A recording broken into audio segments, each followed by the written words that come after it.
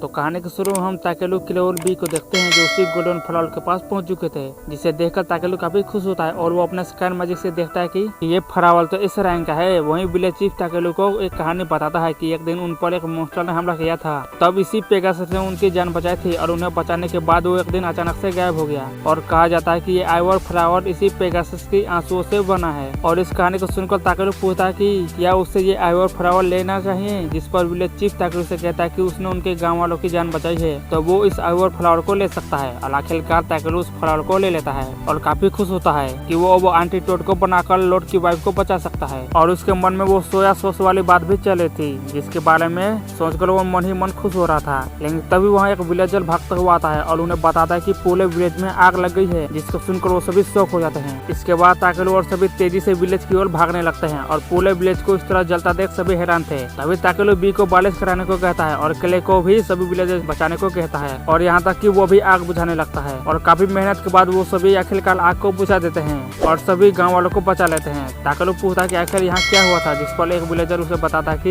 यहाँ एंगाचे आया था उसी आइवर फ्लावर को लेने के लिए, लेकिन हमने उसे मना कर दिया, जिसकी वजह से उस एंगाचे ने अपने गुंडों से कहकर हमारे पूरे गाँव पर आग लगा दी। और इसे सुनकर ताकेलू काफी गुस्सा हो जाता है और उन्हें पता चलता है कि गोंचा गायब है, वही बच्चा जिसने ताकेलू को सोया सॉस वाला फल दिया था। तभी एक दादी बताती है कि उसने देखा था कि एंगाचे के लोग उस बच्चे को पकड़कर लेक की तरफ ले गए। और इसे सुनकर ताकेलू और किले को काफी ज्यादा गुस्सा आता है, जिसके बाद ताकेलू अपने सर्च स्किल का इस्तेमाल करता है और उसे पता चल जाता है कि वो सभी कहाँ है। इसके बाद विलेज चीफ उन्हें रोकने की कोशिश करता है, लेकिन ताकेलू ने कहता है कि आप हमारी चिंता मत करें क्योंकि हमारे साथ इस रैंक का एडवेंचरल केले स्टोन है। जिसके बाद वो सभी उस जगह पर पहुंच जाते हैं और बीच जाकर देखता है कि वो सभी पार्टी कर लेते हैं, जिसको सुनकर किले काफी ज्यादा गुस्सा हो जाता है और अपने बीस्ट फॉर्म में आ जाता है। और ताकेलू मुश्किल से उसे सहन करता है कि अगर हमने ऐसे हमला किया तो गोंजा की जान खतरे में आ सकती है। इसके बाद वो सभी एक प्लान बनाते हैं और वो सभी गायब होकर अंदर घुस जाते हैं। वहीं ताकेलू कुछ ड्रिंक्स को लेता है। किले के पूछने पर वो बताता है कि वो एंगाचे के खिलाफ सबूत इकट्ठा कर रहा है, जिससे आगे चलकर उनकी मदद हो पाएगी। और किले भी ताकेलू की बात मान जाता है। इसके बाद हम एंगाचे और उसके लोगों को देखते हैं जो सभी पार्टी करते हुए सभी गाँव वालों का मजाक उड़ा रहे थे और बोलते हैं कि उन्होंने गोंजा को किडनैप किया और अब तो गाँव वालों को उन्हें आइवर फ्लावर देना ही होगा। तभी एक बंदा बोलता है कि वो इस आइवर फ्लावर से लॉर्ड की वाइफ को ठीक कर देंगे, जिससे ये फ्लावर काफी ज्यादा फेमस हो जाएगा और हम इसे महंगे दामों पर बेच सकते हैं। लेकिन तभी एंगाचे उसे एक बोतल फेंककर मारता है और बोलता है कि ये एक सीक्रेट था। और ये सारी बातें ताकेलू और किले भी सुन लेते हैं। इसके बाद किले दाया की तरह दरवाजा तोड़कर अंदर आता है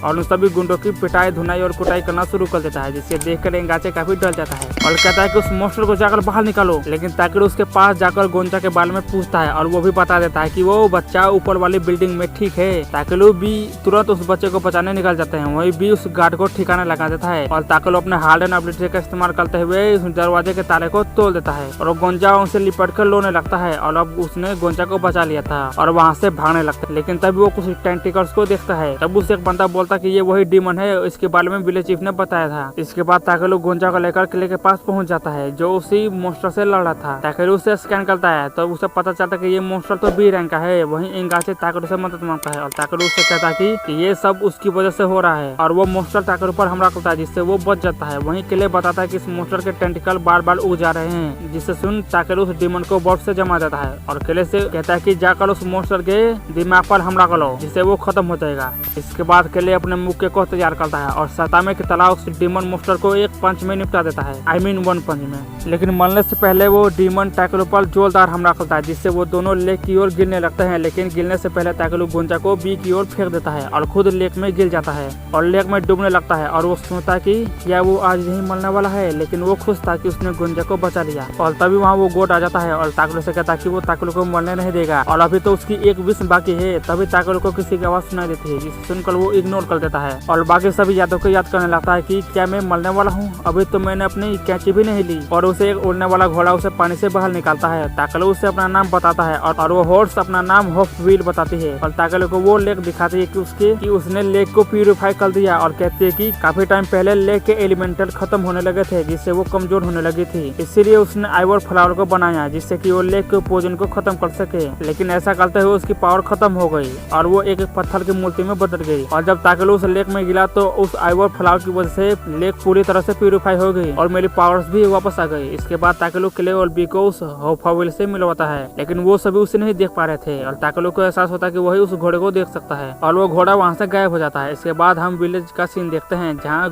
गोंजा सभी गाँव वालों से मिलकर काफी खुश होता है और वो विलेज के बाहर जाकर एक टेलीपोर्टेशन मैजिक का इस्तेमाल करते हैं और वहाँ से सीधा लॉर्ड बेलमैन के पास पहुँच जाते हैं और एंटीडोट बनाकर लॉर्ड की वाइफ को दे देते हैं और अपना स्कैन मैजिक से वो देखता है कि लॉर्ड की वाइफ अब पूरी तरह से ठीक हो गई है। ये सुनकर तो सभी काफी खुश हो जाते हैं। इसके बाद ताकेलू उस विलेज में आता है और सभी गाँव वाले वापस अपने गाँव ठीक कर रहे थे। वहीं विलेज चीफ काफी दुखी था तो फिर ताकेलू उन्हें बताता है कि इंगाचे को पकड़ा गया है और वो चिंता मत करे। वो बोलता है कि ताकेलू ने उनकी इतनी मदद की लेकिन वो उसका एहसान कैसे चुकाएगा। ताकेलू कहता है कि उसे कोई बड़ा इनाम नहीं चाहिए और वहाँ एक पका हुआ आलू लाता है और उसमें वही सोया सॉस डालता है और जब विलेज चीफ उसे खाता है तो वो उसे काफी टेस्टी लगता है।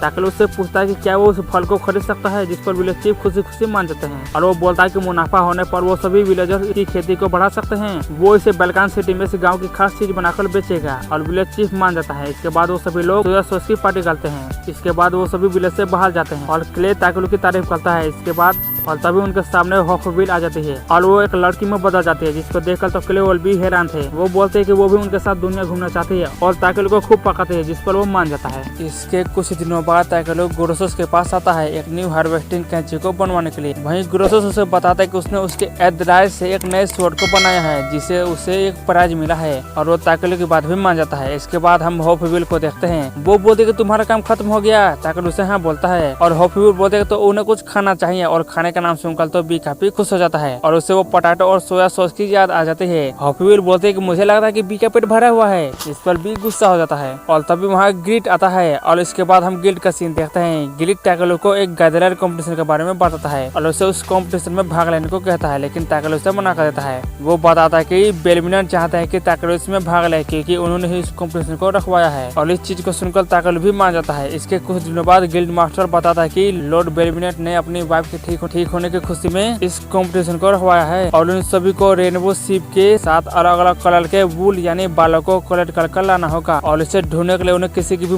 मदद नहीं लेनी है, लेकिन वो सभी लाइब्रेरी से इसकी जानकारी ले सकते हैं। वही क्ले ताकेलू से कहता है कि हमें माफ करना कि हम तुम्हारी मदद नहीं कर सकते। ताकेलू बोलता है कि कोई बात नहीं। क्ले कहता है कि ताकेलू तुम अपने टेलीपोर्टेशन मैजिक का इस्तेमाल करके आसानी से जी सकते हो, लेकिन ताकेलू से मना कर देता है कि ये बाकी एडवेंचरर के साथ बेईमानी होगी। इसके बाद कंपटीशन शुरू होता है, लेकिन बी ताकेलू को पकड़कर रोने लगता है, जिसे फिर हॉफविल पकड़कर अपने माना की मदद से उसे सुला देती है और इस चीज को देखकर तो ताकेलू भी हैरान था। इसके बाद वो एक लाइब्रेरी में आता है और उन भेड़ों के बारे में जानकारी ढूंढने लगता है और उसे पता चलता है कि वो सभी भेड़ें एक पहाड़ पर रहती है। इसके बाद वो तेजी से वहां जाने के लिए निकल जाता है और जाते हुए सोचता है कि मैं काफी टाइम बाद अकेले जा रहा हूँ, पता नहीं बी कैसा होगा, कहीं खा कर मोटा ना हो जाए। वहीं भी खाते हुए ताकेलू को याद कर रहा था और हॉफविल बोलते कि तुम वो क्यों रहे हो। ताकेलू काफी ताकतवर है, जिसे सुनकर फिर बी हॉफविल पर गुस्सा करने लगता है, लेकिन उल्टा वो बी को चिढ़ाने लगते हैं और ऐसे ही वो दोनों आपस में लड़ने लगते हैं। तो फिर क्ले उन दोनों की तारीफ करता है कि हॉफविल तुम काफी तेज हो और बी तुम काफी अच्छा डांस करते हो, जिसे सुन वो दोनों शांत हो जाते हैं। इसके बाद हम ताकेलू को देखते हैं जो रात के टाइम खाना खाकर सो जाता है और इसके अगले दिन वो उसी पहाड़ पर पहुंच जाता है जहाँ उसे वो रेनबो शिप मिलते हैं। वो सोचता कि ये काफी छोटे छोटे शिप काफी तेज होते हैं तो उन्हें कैसे पकड़ूं। तभी वो उन शिप्स को उनके ही भाषा में आवाज लगाता है और वो सभी तेजी से ताकेलू के पास आ जाते हैं और ताकेलू और उन भेड़ों के बालों को कलेक्ट कर लेता है और जाने लगता है। तभी उसके ऊपर से एक बड़ा सा ड्रैगन गुजरता है और ताकेलू सोचता है क्या बी भी बड़ा होकर ऐसा ही दिखेगा। थोड़ी देर बाद ताकेलू वापस सिटी में पहुंच जाता है। वहीं बी ताकेलू से लिपट कर रोने लगता है। इसके बाद गिल्ड मास्टर ताकेलू को विनर बना देता है और अब ताकेलू एफ से लेकर बी रैंक तक के किसी भी काम को ले सकता है, जिसे सुन ताकेलू भी खुश हो जाता है। गिल्ड मास्टर कहता है कि ताकेलू तुम अपने मटेरियल्स को उसकी कीमत से ज्यादा मत बेचना, क्योंकि वो सभी चाहते हैं कि ताकेलू के उसके सामानों का उसे सही पैसा मिले और हम सभी यही चाहते हैं, इसीलिए तुम अपने इस रैंक को एक्सेप्ट कर लो। क्ले भी ताकेलू को इस बारे में सोचने को बोलता है, जिसके बाद वो उस एफबी वाले रिंग को एक्सेप्ट कर लेता है। लेकिन तभी वहाँ अरियाना आ जाती है, बताते हैं कि जंगल से एक बड़ा सा मॉन्स्टर सिटी की तरफ बढ़ रहा है और गिल्ड मास्टर बोलता है कि लगता है ताकेलू तुम्हें तुम्हारा पहला मिशन मिल गया। इसके बाद ताकेलू और सभी लोग वहाँ पहुँच जाते हैं और तभी उनके सामने से एक बड़ा सा मॉन्स्टर आता है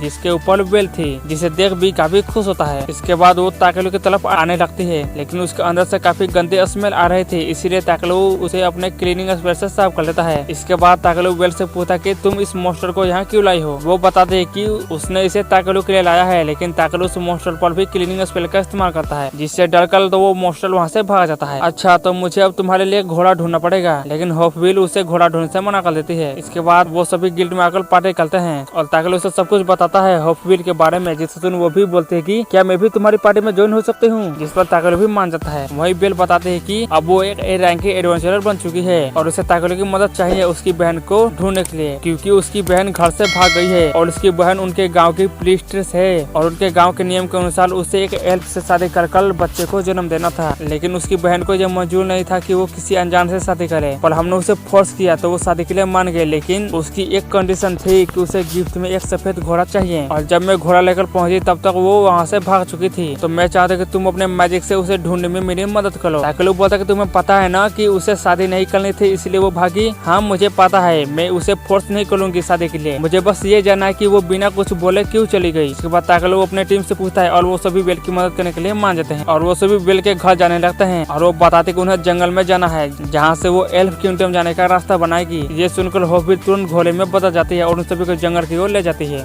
जहाँ पहुँचने के बाद बेल एक पोर्टल को बनाती है और उन सभी को उसे टच कर आंखें बंद करने को बोलती है और ऐसे ही धीरे धीरे वो सभी उस पोर्टल से जाने लगते हैं। और जाने से पहले हॉफबील ताकलू को बताते हैं कि वो बेल का ध्यान रखे क्योंकि उसके मुस्कान के पीछे एक डार्क साइड है।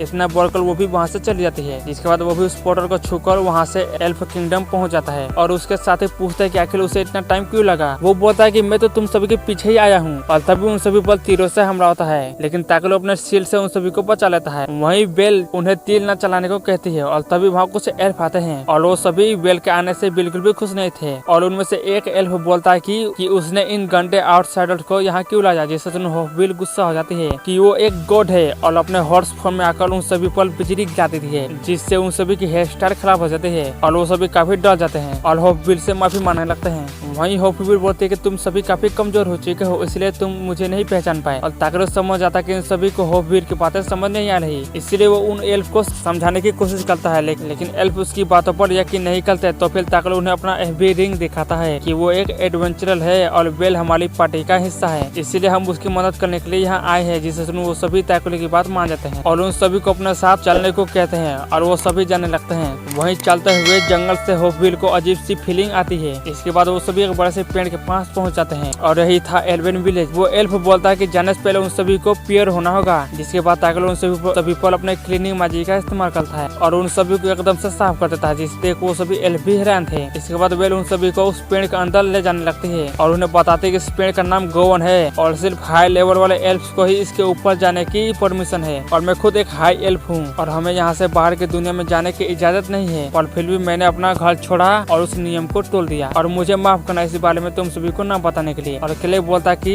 जो एल्फ है वो काफी ज्यादा सीरियस रहते हैं अपने ब्लड लाइन को लेकर और हाई एल्फ काफी सीरियस होते हैं अपने नियमों को भी लेकर, लेकिन बेल ने उस नियम को तोड़ दिया। वहीं ताकलू बेल से पूछता है कि क्या उसके नियम तोड़ने से किसी को कुछ नुकसान पहुंचा? नहीं, ऐसा कुछ नहीं हुआ। जब किसी को कुछ नुकसान नहीं पहुंचा तो कोई बात नहीं, और तुम किसी अपने के लिए ही बाहर गई थी और अपनों के लिए थोड़ा नियम तोड़ दिया जाए तो उसमें कोई बुराई नहीं है और पुराने जमाने का नियम जरूरी नहीं कि आज भी सही हो, जिससे सुन बेल भी खुश हो जाती है। वहीं किले भी ताकलू की बात से सहमत था और बी भी उसके पास चला जाता है और वो रोते हुए बोलते कि मुझे इस बारे में तुम सभी को पहले ही बता देना चाहिए था। ताकलू बोलता है कि हमें कोई दिक्कत नहीं है। इसके बाद वो सभी उसी पेड़ के कैसल में आ जाते हैं जहाँ एम्बेल नाम की लड़की उनका वेलकम करती है। बेल बोलती है कि वो अपने बड़े भाई से मिलना चाहते हैं। अगले सीन में वो सभी चाय पी रहे थे और तभी वहाँ बेल का बड़ा भाई आ जाता है जो हाइट में काफी छोटा था। बेल उसे गले लगाना चाहती है लेकिन वो साइड में हो जाता है और बोलता है कि तुम्हारे अंदर काफी ताकत है और बेल अपने भाई को सभी से इंट्रोड्यूस करवाती है और उसका नाम अर्जुन सील बताते हैं, लेकिन ताकलू उसका नाम सही से नहीं ले पाता। कोई बात नहीं, तुम अपने हिसाब से मुझे कुछ भी बुला सकते हो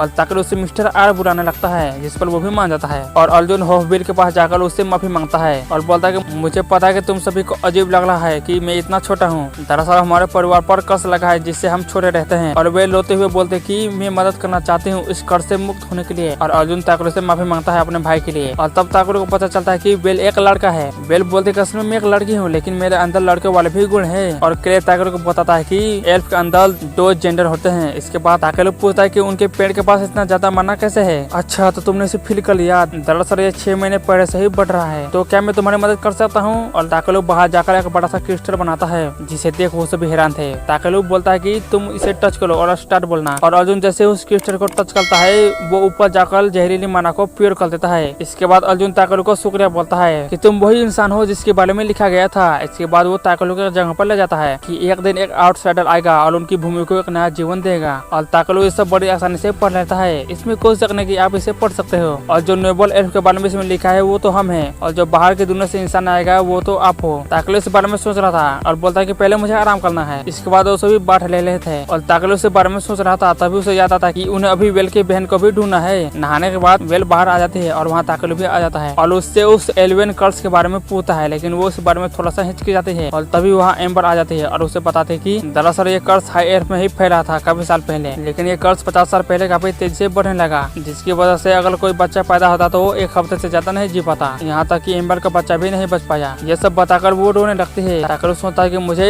जल्द से जल्द इसका इलाज ढूंढना होगा। इसके अगले दिन वो क्वीन के पास मिलने जाते हैं और क्वीन ताकलू की ऑरा को देखकर हैरान हो जाती है। तभी वो बी को देखती है और समझ जाती है कि ताकलू दुनिया का सबसे ताकतवर इंसान है, जिसे खुद एक एंशिएंट ड्रैगन ने चुना है। ताकलू पूछता कि आखिर यहाँ इतना ज्यादा जहरीला मना कैसे है, क्या कुछ दिन पहले यहाँ भूकंप आया था। ये सुन क्वीन हैरान होती है और बताती कि सच में यहाँ कुछ दिन पहले एक भूकंप आया था। ताकलू बताता है कि मुझे लगता है कि ये किसी पावरफुल मॉन्स्टर के जागने से हुआ होगा। ये सुन क्वीन भी ताकलू से मदद मांगती है और ताकलू भी क्वीन से एक फेवर मांगता है। इसके बाद वो अपने साथियों के साथ एक मीटिंग करता है, एक बैरियर को बनाकर, ताकि कोई भी उनकी बातों को ना सुन पाए। और उसे उस कर्स की असली वजह पता चल गई है। दरअसल क्वीन और अर्जुन जेनेटिक डिसऑर्डर से परेशान है। ताकलू वेल से पूछा कि एम्बर का हस्बैंड कौन है। वो बताते हैं कि एम्बर की शादी उसके जुड़वा भाई से हुई है। ये सुन ताकलू उन्हें बताता है कि उनके ऊपर कोई कर्स नहीं है। दरअसल कई समय से वो अपने ही ब्लड लाइन में शादी कर रहे हैं अपने भाई या बहन से, इसलिए वो जेनेटिक बीमारी का शिकार हुए हैं। तो अगर उन्हें उस चीज को ठीक करना है तो उन्हें आउटसाइडर या किसी दूसरे देश के एल्फ से शादी करनी होगी। ये सुन वेल काफी खुश हो जाते हैं कि अब उनके लोग बच सकते हैं और वो रोने लगते हैं। तो बी उसे शांत करता है और क्ले बोलता है कि क्या एल्फ इस चीज को मानेंगे।